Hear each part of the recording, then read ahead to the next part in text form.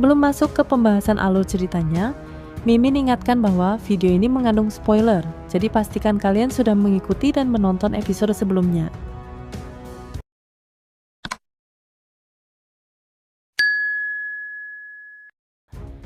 Shihao terkejut ketika berhadapan dengan sosok mirip He Wushang.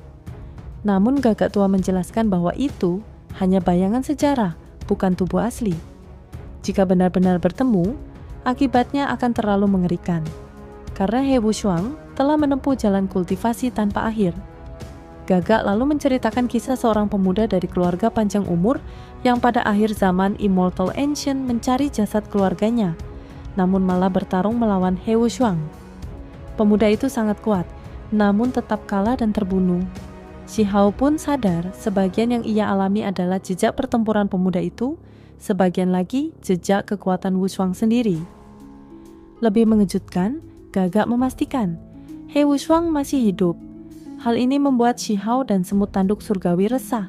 Jika benar, maka seluruh 9 langit dan 10 bumi mungkin akan gemetar di bawah langkahnya. Shihao pun sadar. Ia butuh kekuatan, dan kitab suci yang tak bisa dihancurkan adalah jawabannya. Namun kabar buruk datang. He Wushang telah membawa kitab itu pergi. Meski begitu, Gagak menjelaskan rahasia penting. Kitab sejati terpahat di puncak abadi, tidak bisa hancur, karena hakikatnya memang abadi. Untuk mendapatkannya diperlukan kunci kitab suci.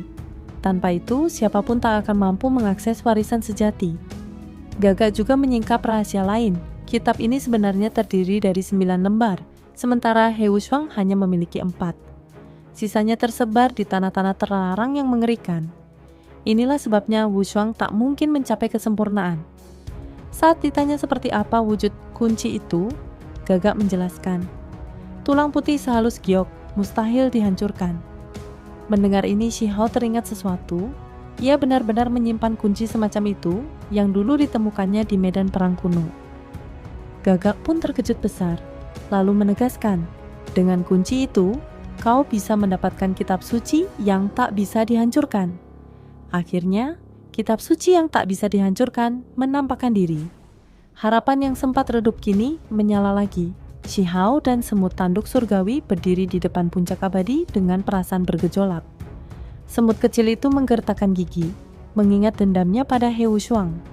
Sementara Shihao menatap kunci tulang putih di tangannya, ragu apakah kata-kata Gagak hitam bisa dipercaya. Namun, dalam bahaya sebesar ini, kewaspadaan justru jadi penyelamat. Dengan hati-hati mereka membuka segel gunung. Seketika, puncak abadi hidup kembali. Rumput tumbuh, cahaya keemasan meledak, dan suara kitab suci bergema, seakan langit sendiri melantunkannya. Dari sinar itu, 4 lembar kulit binatang emas muncul. Masing-masing berisi tulisan kuno yang berkilauan seperti bintang. Kitab suci yang tidak bisa dihancurkan, seru semut kecil, matanya berbinar. Namun, kitab suci itu begitu berat hingga hampir tak bisa digerakkan. Gagak mengingatkan, tak perlu membawanya, cukup ukir di hati kalian, maka ia akan abadi. Akhirnya Shihao dan semut kecil duduk bersila, menyalin tiap karakter ke dalam jiwa mereka. Aksara itu bukan bahasa biasa, melainkan perwujudan Dao, mudah dipahami siapapun dari zaman manapun. Setelah mereka menyerap semuanya, lembaran emas itu lenyap. Kenapa hilang? Tanya semut kecil terkejut. Karena sudah kalian tuai, jawab Gagak. Kitab ini butuh jutaan tahun untuk lahir kembali. Lagi pula ini hanya bagian atas. Bagian bawahnya ada di Land of Undying, tanah terlarang yang bahkan keluarga abadi enggan datangi. Mendengar itu, semut kecil terdiam, hatinya goyah. Shihao menepuk bahunya. Tak perlu serakah, bagian atas saja sudah cukup membuatmu melangkah ke puncak. Ingat, ayahmu hanya punya ini, tapi tetap mampu menjejak keabadian. Mereka pun menenangkan diri, menyadari betapa berharganya warisan yang baru saja mereka peroleh. Shihao dan semut emas kecil akhirnya mendapatkan kitab suci abadi. Meski belum lengkap, itu sudah cukup bagi mereka untuk memulai kultivasi. Bagian bawah kitab masih tersembunyi di tanah keabadian, terlalu berbahaya bagi tingkat mereka sekarang. Gagak penjaga memperingatkan mereka untuk segera pergi. Energi gelap di bawah tanah berbahaya, bahkan bisa membahayakan makhluk tingkat tinggi. Sebelum berpisah, ia mendoakan Shi Hao berhasil menuntaskan kitab suci.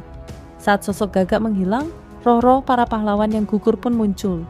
Wajah-wajah penuh duka, menyimpan dendam dan harapan agar generasi baru menghapus kehinaan masa lalu. Pemandangan itu membuat Shi Hao bersumpah tidak akan membiarkan tragedi serupa menimpa dunia lagi. Semut kecil pun bertekad membalas dendam keluarganya. Saat keluar dari tanah terlarang, banyak orang terkejut melihat Shi Hao masih hidup. Selama ini, tidak ada seorang pun yang pernah selamat dari tempat itu. Kabar itu menyebar cepat, mengguncang seluruh Laut Utara. Wang memecahkan legenda kematian. Namun, kegembiraan itu segera digantikan ancaman. Di langit, Shi Hao dicegat oleh Wang Manglong dan seorang penatua klan Wang yang sudah sekarat. Mereka mengungkap niatnya tanpa tedeng aling-aling. Shi Hao terlalu berbahaya jika dibiarkan tumbuh dan lebih baik disingkirkan sekarang. Shi Hao mengecam mereka. Bukankah musuh sejati ada di pantai seberang? Tapi penatua Wang menertawakannya. Selama klan mereka tetap hidup, nasib dunia tak penting. Bahkan jika makhluk asing menyerang, mereka punya cara untuk bertahan. Menyadari kebusukan pikiran klan Wang, Shi Hao murka. Dengan gigi terkatup, ia meludah satu kalimat penuh penghinaan. Klan Wang, kalian semua hanyalah sampah. Amarah Shi Hao membara. Darahnya mendidih saat menyadari kelicikan keluarga Wang, bersekongkol dengan pihak asing, bahkan ingin membunuhnya sejak muda. Keluarga yang selama ini dipandang mulia ternyata busuk hingga ke akar. Seorang tetua Wang, keriput tapi tenang, tersenyum licik. Dunia ini bukan hitam putih, anak muda, semuanya abu-abu. Shi Hao membalas tajam. Hari itu akan tiba, kalian sendiri yang akan dimusnahkan oleh pihak yang kalian percayai. Wang Manglong dipenuhi kebencian, ingin segera membunuh Shi Hao. Namun tetua itu menahan, lebih tertarik memaksa Shi Hao menyerahkan rahasia dari Laut Utara, juga mengincar semut bertanduk surgawi di bahunya. Keserakahan mereka membuat Shi Hao dan semut kecil itu geram. Akhirnya sang tetua menutup ruang, menekan Shi Hao. Serahkan apa yang kau dapatkan, aku bisa memberimu kematian terhormat. Shi Hao menatap dingin. Yang kudapat adalah kitab suci yang tak bisa dihancurkan. Kata-katanya mengguncang. Wang Manglong dan tetua itu langsung terguncang, mata mereka dipenuhi nafsu. Namun Shi Hao tiba-tiba berteriak ke kejauhan, seolah memanggil pihak ketiga. Wang menertawakan tipu daya itu, sampai ruang bergetar. 3 sosok misterius muncul, seorang berjubah perak, satu diselimuti kabut hitam, dan satu lagi dengan cahaya hijau redup. Mereka bukan sekutu, tapi tujuan sama, kitab suci. Tetua Wang mencoba menawar, kitab dibagi 4, Shi Hao tetap mati. Namun, ketenangan Shi Hao yang membuat semuanya curiga. Ia menatap 3 sosok itu dan berkata dingin, apakah Yuan Qing juga datang? Aku sungguh berharap begitu. Kecurigaan muncul, mengapa Huang begitu percaya diri? Ada sesuatu yang salah. Pemuda itu berdiri tenang meski dikepung. Sorot matanya membuat orang gelisah, seolah ia menyimpan kartu tersembunyi. Berlagak pintar di depan kematian? Wang Manglong mengejek. Namun, bahkan para tetua Wang merasakan keganjilan, mencoba mendeteksi keberadaan musuh, tapi tak menemukan siapapun. Anak muda cukup menakut-nakuti kami. Tetua Wang mendengus, yakin tak ada penyelamat di dekatnya. 3 ahli lain pun merasa lega. Mereka pikir hanya dibohongi bocah ini. Tetua Wang pun menyerang, hendak mencekik Shi Hao seperti anak ayam. Semut emas di bahu Shi Hao meraung marah, menduga keluarga Wang benar-benar bersekongkol dengan pihak asing. Namun di saat genting, Shi Hao menghancurkan sepotong giok kuno. Cahaya warna-warni menyatu, membentuk sosok agung, penatua besar lembaga dewa surgawi. Wajah para tetua Wang seketika pucat. Tangan yang hampir meraih Shi Hao dihancurkan sekejap. Suara penatua besar bergema dingin, tangan Wang menjulur terlalu jauh. Dalam sekejap, 3 ahli lain pun tak mampu kabur. Dengan satu seruan, mereka terhuyung dan dipaksa tetap di tempat. Shi Hao tersenyum lega. Inilah perlindungan yang sebelumnya dijanjikan penatua besar. Giok pemeliharaan abadi yang menyimpan tubuh spiritualnya. Sayang, Yuan Qing tak ikut datang. Shi Hao menghela napas, sementara 3 sosok tua lain terbongkar identitasnya. Mereka memohon ampun, berdalih hanya mengikuti karena penasaran. Penatua besar menatap tajam. Ada garis yang tak boleh dilintasi, bunuh diri, atau aku yang turun tangan.